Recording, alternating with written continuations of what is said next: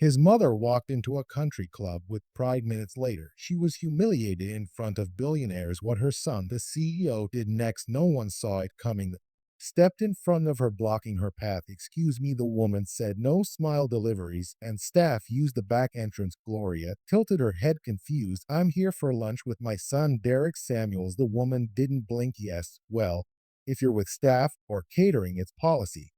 The rear access is on the left." Gloria blinked slowly. It wasn't the first time, someone assumed, but it never stopped stinging. "I'm not staff, I'm a guest." From across the patio, Derek Samuels had just raised his glass. His eyes scanned the lawn, found his mother, and noticed the uniformed woman's posture. Something tightened in his chest. Gloria took a breath, trying to stay composed. "You can check the list. My name is Gloria Samuels. My son is one of the owners meeting here today." Before the woman could respond, a crisp voice sliced through the conversation like glass dragging across tile. "Well, I suppose they let anyone in these days," said Victoria Hathaway, her pearls resting heavily against her blouse. "Are we letting the cleaning staff dine with us now?" Several heads turned. One man chuckled under his breath. Derek's jaw shifted. He was mid-toast, still holding the champagne flute, but his smile had vanished. He set the glass down slowly. His colleagues noticed the change in his expression. One of the Hathaway sons,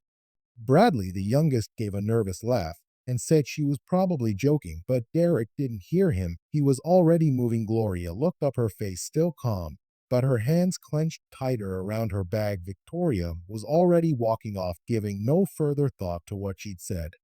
Just another day for her. Derek walked straight to his mother, placed a hand gently on her shoulder, and looked her in the eye. "You okay?" She nodded, even though she wasn't. "I don't want to make a fuss, baby." "I know you don't," he said, "but I will." He turned to the staffer. "This is my mother. You just disrespected the most important person in this building." The woman opened her mouth, but no words came. She looked embarrassed, now flushed. Derek didn't raise his voice. He didn't have to. He walked Gloria back to the SUV, opened the door for her himself, and helped her, and she reached for his arm before he closed the door. "Don't ruin your moment over me." He gave her a look. "You are the moment." Then he shut the door and walked back up those marble steps with a calmness that masked a deep fire brewing beneath. But what he did next, just hours later, shook up boardrooms, headlines, and families from coast to coast. Back inside the dining hall, Derek's seat sat untouched. The pen meant for signing the final agreement rested beside a thick packet of papers. Over a year of negotiations, revisions, and corporate alignment strategies, all leading up to this day. Champagne Tower gleamed near the windows. Everything was in place except Derek. The mood shifted the moment he returned, not dramatically. There was no yelling, no angry declarations, just that heavy, tense quiet that follows a storm cloud. "No one dares point at everything all right?" asked Preston Ward, Hathaway's general counsel. His voice held forced calm, the way a man speaks when he senses $1 million problem and doesn't know where it's coming from yet. Derek didn't answer right away. He looked around the room, the board members, the family, the lawyers. Then his gaze stopped at Victoria Hathaway. She was still sipping her wine, half turned in her chair, legs crossed, like she hadn't even noticed the disruption. She wasn't just comfortable, she looked certain that this deal was already locked and that money had smoothed everything. He walked over to his chair, placed both hands on the back of it, and didn't sit. "I want to say something," he said. A few people looked up. The room didn't quiet, it froze. "You all know how much this deal meant, not just for our companies, for the markets, for the next generation of tech infrastructure in this country. This merger would have changed everything." He paused, looking at every face one by one. "But I'm not signing it." There were 2 seconds of stillness. Then the voices started, low murmurs, confusion, someone saying, "Wait, what?" Victoria's head turned now, not fast, but sharply enough to know she'd felt the slap in his words. "Excuse me," she said, almost a laugh. Derek nodded. "Excuse you indeed. Is this a negotiation tactic?" Preston tried Derek. "If there's a concern, we can go back to the table." Derek finally sat down, not in the signing chair, but the one at the far end, furthest from the paperwork. "No, there's no more table," Victoria scoffed, then leaned forward with a smile that didn't reach her eyes. "Let's not overreact to a simple misunderstanding. I didn't recognize the woman, that's all." He blinked once, slow. "That woman is my mother. I'm aware of that now," she replied, trying to keep her voice cool. "But surely no." Derek cut her off, voice low, almost gentle. "You Knew what you were doing, you said. What you meant, Preston cleared his throat. We've invested millions into prep, both sides. There are legal implications here. Derek leaned back unbothered. Then I'll see you in court. You can explain to a judge why disrespecting my family was part of your strategy. Don't be emotional, Victoria muttered. That did it. He leaned forward again, folding his hands. You think I built this company from a corner office? I loaded trucks, Victoria. I drove routes at 3.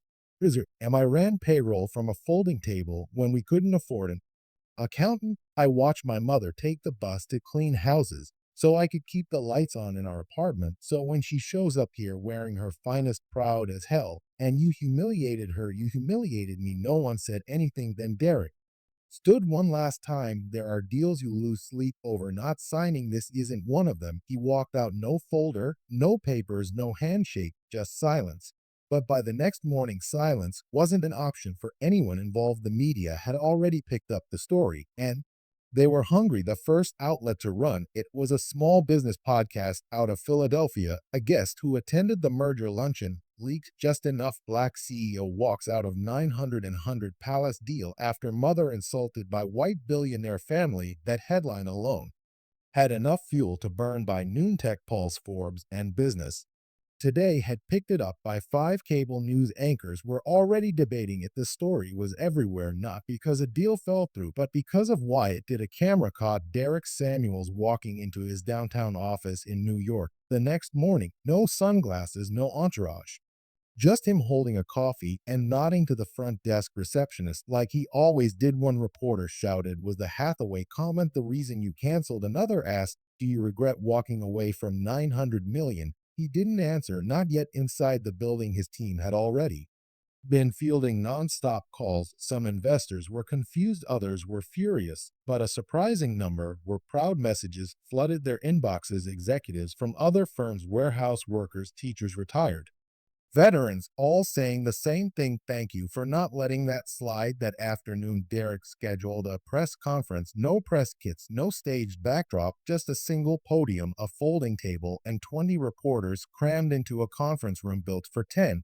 He stepped up to the mic and looked tired but steady. "I didn't cancel the deal because of money," he began. "I canceled it because the second you allow disrespect into the room, it spreads. I wasn't raised that way, and I won't build a future on top of silence." A woman from CNBC asked if it was true that Victoria Hathaway had made the comment directly. Derek didn't flinch. "Yes, loud enough for people nearby to hear, loud enough for my mother to feel it. Some might say that's not a reason to walk away from a company-defining deal." Another reporter chimed in. He nodded slowly. "Depends on what kind of company you're trying to define." The room fell quiet again. He didn't speak for long. He didn't need to. Respect isn't negotiable. And if we start trading that for contracts, then we've already lost. He stepped down, walked out, just like he had the day before. But outside that conference room, the world had changed. And in places where people usually whispered, they were suddenly speaking loud. That same night, clips of his speech made it to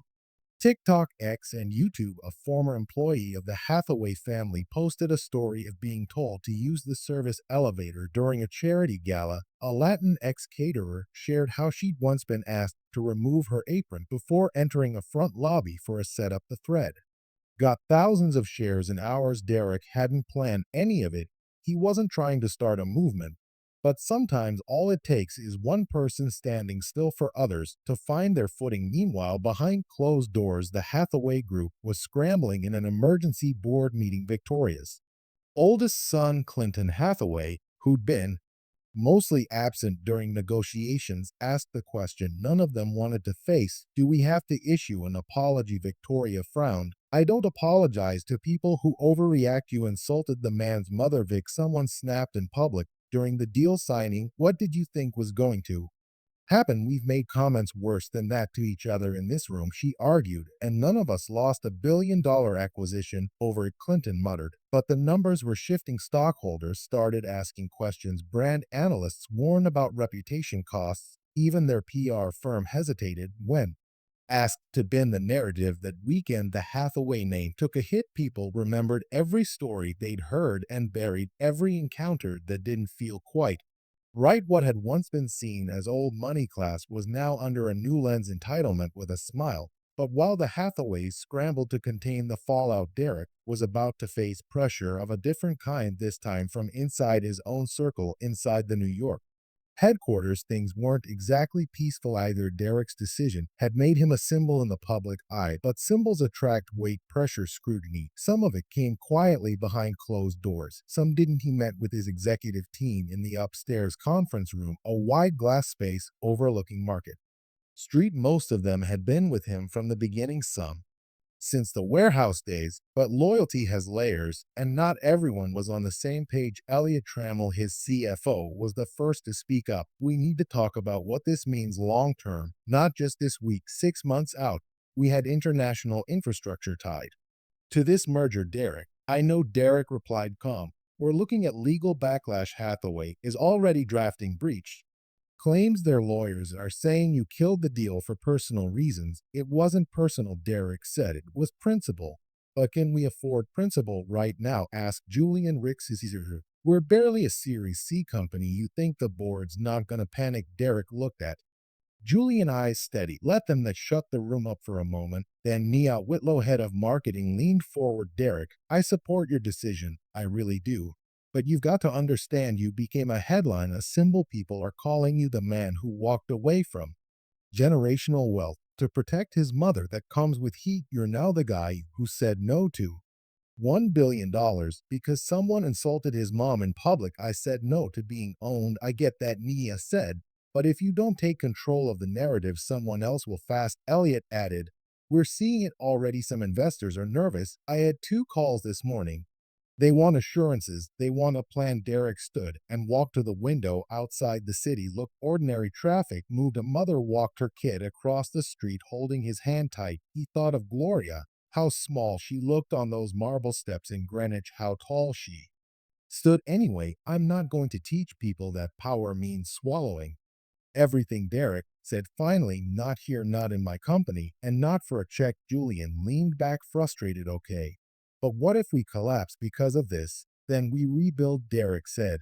But at least we don't rot from the inside. There was silence after that, and then something unexpected happened. Nia nodded, then Elliot, and finally Julian gave a reluctant shrug. We'll hold, Elliot said. For now. They didn't all agree, not fully. But something shifted in the room. Maybe respect, maybe fear, maybe both. But outside those walls, not everyone was as ready to stand beside him, especially those who'd been betting on the payout. 2 days later, Derek's phone buzzed. A message from Theron Ingram, his cousin and co-founder. One line, we need to talk face to face. They met at a diner in West Orange, same booth where they'd once sketched their first business plan on napkins. Theron arrived early, already sitting with coffee, when Derek slid in across from him. I heard from Monroe Bank this morning, Theron said, not wasting time. They're pausing our credit line, the one we were gonna use to scale West Coast operations. Derek nodded. I figured they might. Theron stared. You figured, Derek?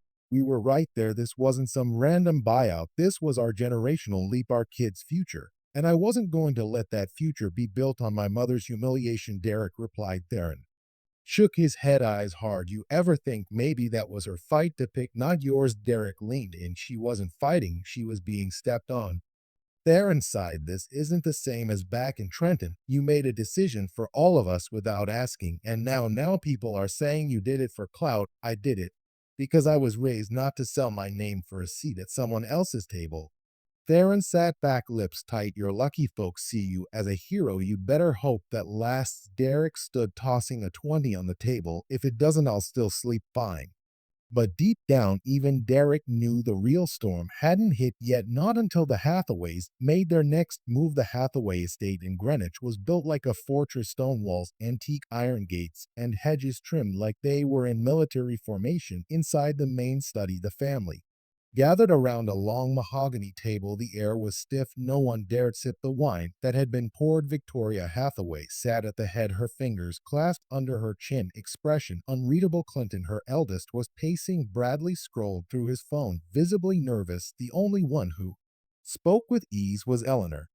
When their crisis PR manager, we need to issue a statement. She said something short, acknowledging the incident, expressing regret, emphasizing your shared values. Victoria scoffed. What values? That woman looked like she didn't belong. That's not my fault. Elena blinked once slowly. You just said that out loud. In front of your children, while I'm here trying to protect your legacy. Clinton stopped pacing. Mom, Derek's walking away has already tanked interest in our tech sector portfolio. Do you understand how bad this is? He'll come back, she said confidently. They always do. Pride fades when the money runs dry. Elena shut her binder with a snap. You don't get it. This isn't about the deal anymore. This is cultural. He struck a chord. Bradley looked up from his phone. People are calling him a hero, Mom. They're reposting that speech, quoting him like he's some civil rights icon. Victoria waved a handle. Forget by next week. Clinton looked at her like she was an old painting cracking at the edges. They won't. You become the symbol of elitist racism in every podcast and headline right now, and you haven't even said sorry. I'm not apologizing for having standards. Then we're done. Clinton said flatly. You've already cost us one deal. I'm not letting you cost us the entire family business. She turned slowly to look at him. You're going to side with them? No, he said, voice firm. I'm siding with reality. The room was silent again. Victoria's empire, built on carefully curated polish and control, was wobbling because all the press releases in the world couldn't erase that moment on the terrace, her voice, that tone, and the look on Gloria Samuel's face. Eventually, the Hathaways released a statement. It was bland, cold, full of legal language and generic regret.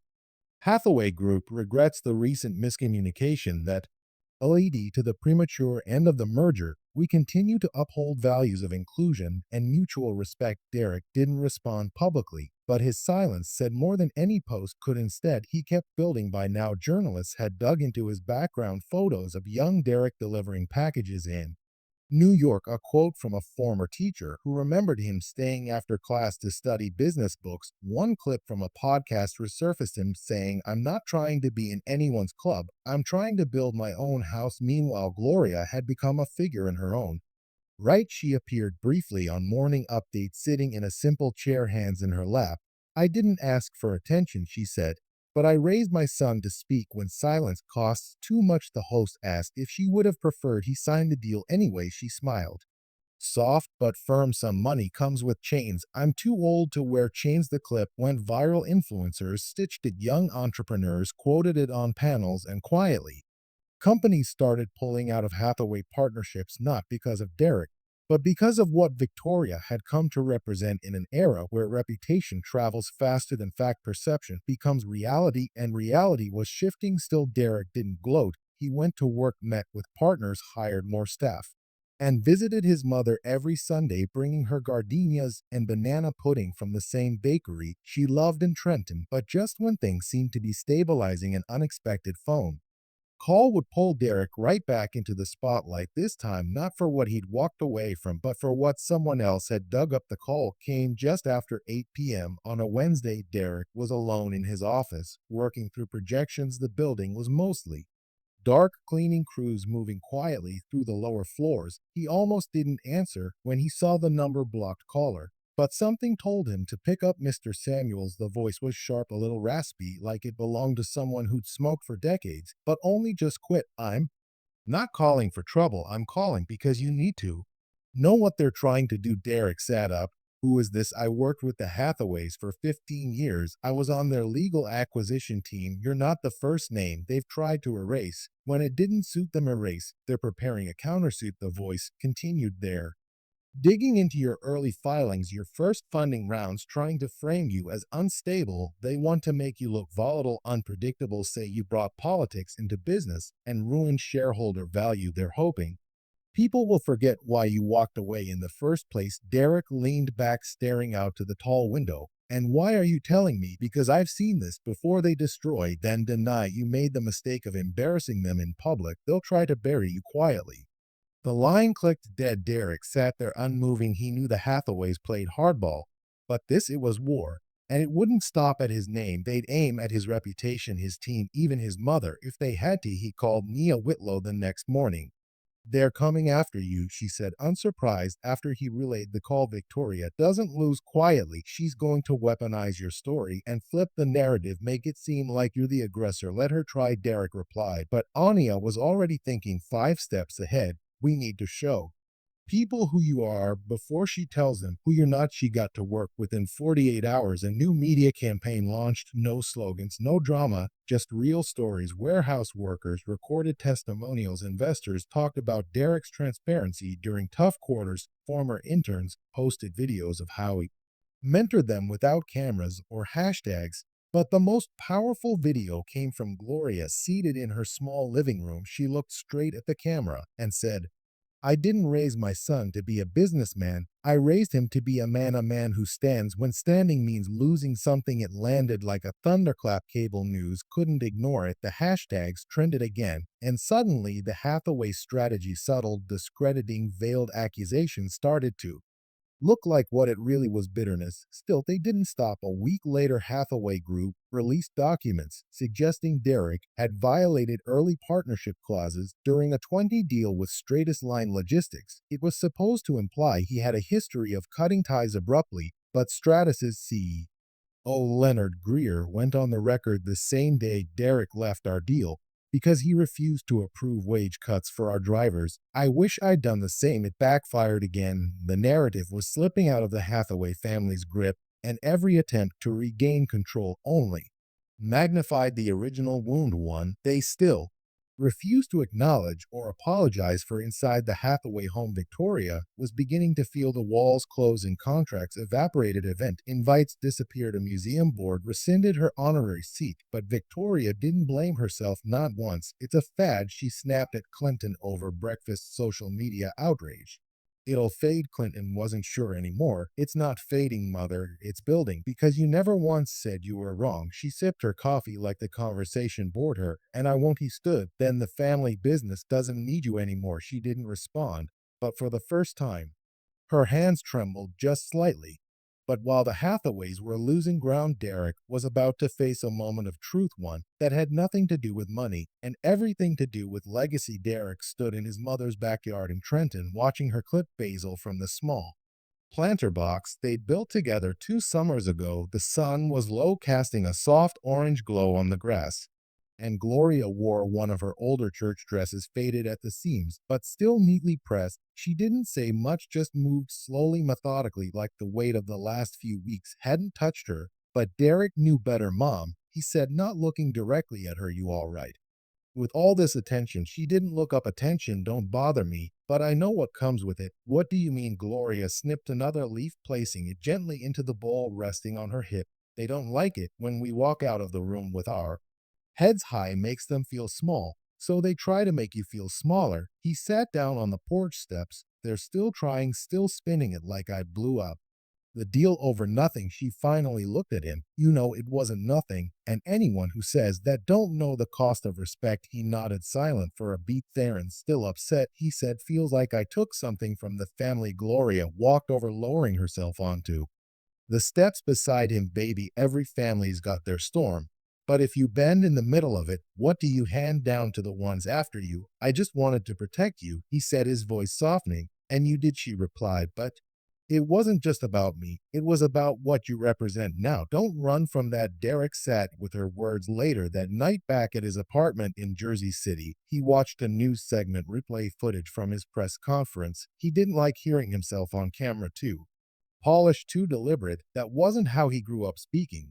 But now the world listened to every word like it was a statement of policy. His phone buzzed. It was a text from Leonard Greer. Stratus CEO DC Council wants to speak with you. They're building a panel around ethical business practices. You'd be leading it. Derek stared at the screen. He never asked for this. He just wanted to build something that lasted, something honest. But now his story was turning into something bigger, something louder. And with that came pressure he hadn't planned. For the next morning, he met with Mia and Julian again. This time the energy in the room had shifted. There were no raised voices, just tired eyes and long exhales. Julian spoke first. We've stabilized. That's the good news. Mia followed. And the noise is helping, actually, not hurting. 3 mid-sized logistics firms want to partner with us quietly, but still, because we stood for something, Derek said. Because you stood for something, Mia corrected him. He paused, and now they want me to speak for it, lead panels, sit on committees, be the face of some new movement. Maybe that's what comes next. Julian said, you've already built the business, now build the voice. But Derek looked unsure. He'd never wanted to be a symbol. Symbols are heavy, people worship them or tear them down, and neither felt like a life he wanted, but he also knew silence had its price. He picked up dry erase marker and started sketching on the wallboard numbers, timelines, expansion plans, nothing flashy, just the next phase of growth. Let's scale without them. He said, let's prove we never needed that deal in the first place. Nia smiled. Now, that's the Derek. I remember Julian chuckled. Took you long enough to show back up, but Derek wasn't done. He pointed at the calendar and next week. I want to hold something here, not a press conference, a real event, warehouse crew, interns, junior staff, food, music, remind everyone who we are, like a community day. Nia asked, no, like a family reunion, the kind where everyone gets a plate no matter where they came from. But before he could pull that together, a final letter would arrive, one that had nothing to do with the Hathaways, yet would shake him just as deeply. The envelope was thin, off white, no return address, just Derek's name typed clean across the center. It arrived through regular mail mixed in with invoices and vendor proposals. He didn't notice it at first, didn't even open it until hours later, when the office had cleared out and the cleaning crew was humming somewhere down the hall. The letter inside was handwritten neat cursive, every loop and curve careful, like the writer had practiced before putting pen to paper. Mr. Samuels, you don't know me, but I know who you are. My father was the groundskeeper at Hathaway Ridge from 1985 until he died in 2009. He raised me and my two sisters on that job, woke up before the sun, never complained, taught us to be proud even when we were invisible. I saw your story on the news and I cried, not because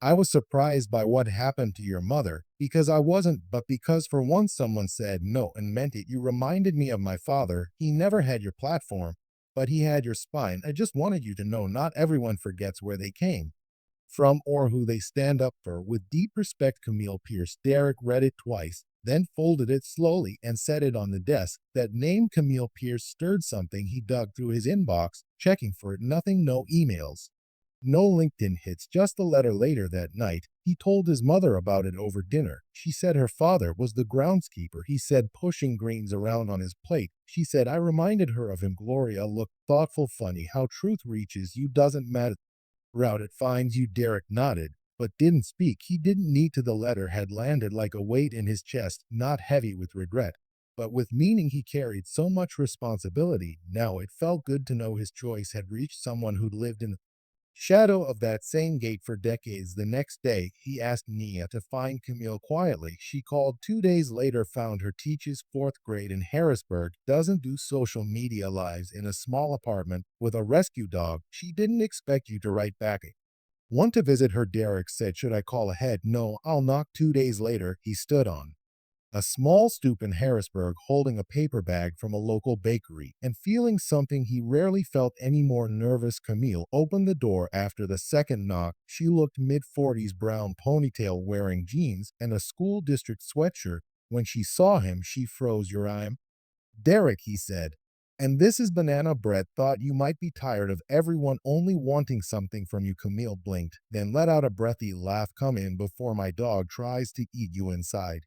The apartment was warm, lived in. A framed photo of an older man in work boots sat on the mantel. Derek walked over and looked at it closely. Your father? She nodded. He worked that estate like it was his own. I know the type. Camille offered tea, and they sat. She told him about her father, how he refused to call the Hathaways sir and ma'am, how he saved every check, how he taught her to read using contracts and invoices he brought home. He'd have liked you, she said, not because you made it big, but because you knew when to walk away. They spoke for 2 hours, nothing recorded, no hashtags, just two people connected by a shared history neither had asked for, but both had carried in their bones. When Derek left, she handed him a copy of an old photo, her dad standing under a tall oak rake in hand, a quiet pride in his eyes. For when the world gets loud again, she said. He thanked her, tucked the photo into his jacket pocket, and walked back to his car. Because sometimes the most powerful reminders don't come from headlines, they come from handwritten words and old oak trees. And Derek was about to face one final moment that would test whether everything he'd stood for could hold up under personal loss. It started with a voicemail from the nurse, just a gentle request to call back. Nothing urgent, she said. Gloria had fainted briefly while at her weekly Bible study. They'd brought her to Capital Care Medical Center in Trenton just to be safe. Derek didn't wait. He left the meeting mid-sentence, grabbed his keys, and drove the turnpike with his jaw locked tight. When he arrived, Gloria was sitting up in the hospital bed, looking mildly annoyed and sipping ginger ale like she had better places to be. "I told them I just stood too fast," she said as he walked in. "Didn't need all this fuss," but Derek could see it in her eyes, the fatigue, the way her hand trembled slightly as she set the cup down. He sat beside her quietly, holding her wrist gently in his hand. "What did the doctor say?" he asked. "That I need to slow down, take my iron pills, eat more greens. Same thing I tell you." He smiled at that, but it didn't settle the knot in his chest. A few minutes later, Dr. May Lin entered the room, young, sharp, direct, but with a kind face. She glanced at Gloria before speaking softly to Derek. "Your mother's vitals stabilized quickly, but we'd like to run one more test. Her blood pressure's fluctuating more than we'd like to see. She hasn't had a full cardiac workup in a while." Gloria waved it off. "I feel fine." Derek nodded. "Run the test over the next 2 days." The results came in. Nothing dire, no ticking time bomb, but small flags: a leaky valve, mild arrhythmia, iron deficiency. Nothing urgent, but also nothing to ignore. The message was clear: life doesn't wait forever. That night, as they sat together watching reruns of Sanford and Son in her hospital room, Gloria spoke without looking away from the screen. "You've done good, baby." He chuckled. "Did you just call me baby in front of the nurse I brought you into this world? I get to call you baby." He smiled, but didn't laugh. "Not fully. I'm not done yet, I know," she said, "but don't wait too long to live." That landed differently. He looked at her, really looked, the deep lines carved by time and sacrifice. Woman who never asked for a stage, but somehow became the heart of a national story. "I've been thinking," he said, "about what you told me about legacy, about not handing down silence." She turned her head to him. "I want to start something," he continued, "a foundation for workers, drivers, warehouse crews, their families, real support, health screenings, childcare, tuition stipends, not just write-ups and workshops." Action. Gloria's mouth curved slowly into a proud smile. "That sounds like you. I want to name it after you now." Her eyes welled, even if she tried to hide it with a cough. "You don't need to do that." "I do," Derek said, "because you built me." A few weeks later, the Gloria Initiative was announced. It wasn't flashy, no red carpet, no press tour, just a website, a launch video, and partnerships with 3 nonprofits to start it. Caught fire, local news picked it up, then national. And in a matter of weeks, the conversation shifted again, from confrontation to construction, from calling out broken rooms to building better ones. At the first Community Day event, Derek stood at a long folding table under a white tent. Food trucks lined the lot. Kids ran between face painters and book drives, and workers who'd once feared losing jobs now stood with families, eating barbecue and talking about the future. He took the mic briefly. "I turned down $900 million, people said I was crazy, but this right here, this is worth more than any check." The crowd applauded, but it wasn't thunderous. It was warm. Real. Later that evening, as the sun set and the lot slowly emptied, Derek looked up at the sky and thought of Camille's father, of his cousin Theron, of the Hathaway boardroom, of the look on his mother's face when he walked her out of that country club. Everything that followed. That storm had led him here. But just as he was starting to feel like he'd found peace, one final message would arrive, not in ink or headlines, but from a voice he hadn't heard in years, a voice tied to a part of his past he thought he'd already buried. It came through voicemail, no warning, just a blinking notification on Derek's phone. After a full day of meetings and interviews, he tapped the icon absent-mindedly as he walked through the front door of his apartment, expecting it to be a reminder from Julian or maybe a vendor follow-up. But the second he heard the voice, he froze. "Derek, it's Dwayne. Yeah, I wasn't sure you'd still have this number, but I heard about what you did with the deal with your mother, and I just had to reach out." Dwayne, his father's brother, the one who hadn't called in over 20 years, the one who'd vanished the night they lowered his father into the ground. No goodbye, no explanation, just silence. "I saw you on the news. Your mama raised you right. No surprise there. I'm proud of you, and I'm sorry for a lot. If you ever want to talk, this is my number." Now the message ended. No Second call, no follow-up text. Derek stood still, keys still in hand, staring at the now dark screen. His mind swirled. He hadn't thought about Dwayne in years. When his father died of a heart attack at 49, it was Dwayne who stood next to him at the casket, promising, "I got you then." Nothing. Derek remembered waking up on his 13th birthday, hoping for a car to call. It never came. He poured a glass of water and sat at the kitchen counter, listening again. The voice was older, now slower.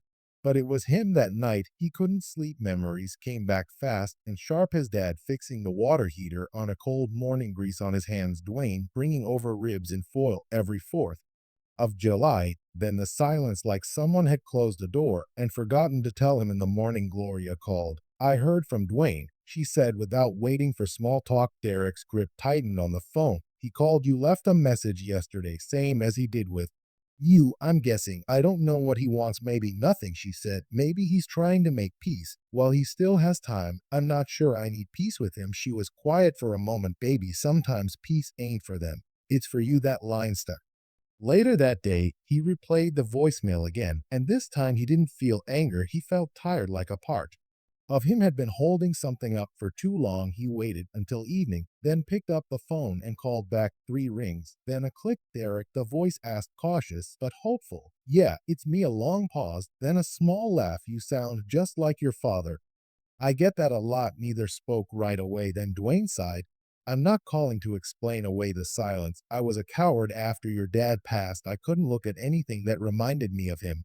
And you were a mirror." Derek said nothing. "I left because it was easier than staying and failing you." "I didn't need you to succeed," Derek said quietly. "I just needed you to stay." Dwayne's voice cracked. I know. I let you down." They spoke for 15 more minutes, not about business, not about betrayal, about fishing trips, about Derek's high school football days, about how Dwayne had been following his career from the sidelines quietly. When they hung up, Derek didn't feel closure, but he felt lighter. Later that week, he mentioned the call at a team retreat. "Forgiveness isn't approval," he told his staff. "It's just refusing to let bitterness take up all your space." People nodded, some smiled, and a few understood more deeply than they showed. As Derek left the venue that evening, a young intern caught up to him. "Mr. Samuels," she said, breathless, "I wanted to thank you. My dad always told me that no one in business ever sticks to their morals, that it's just about money. You proved him wrong." He smiled. "No, my mother did."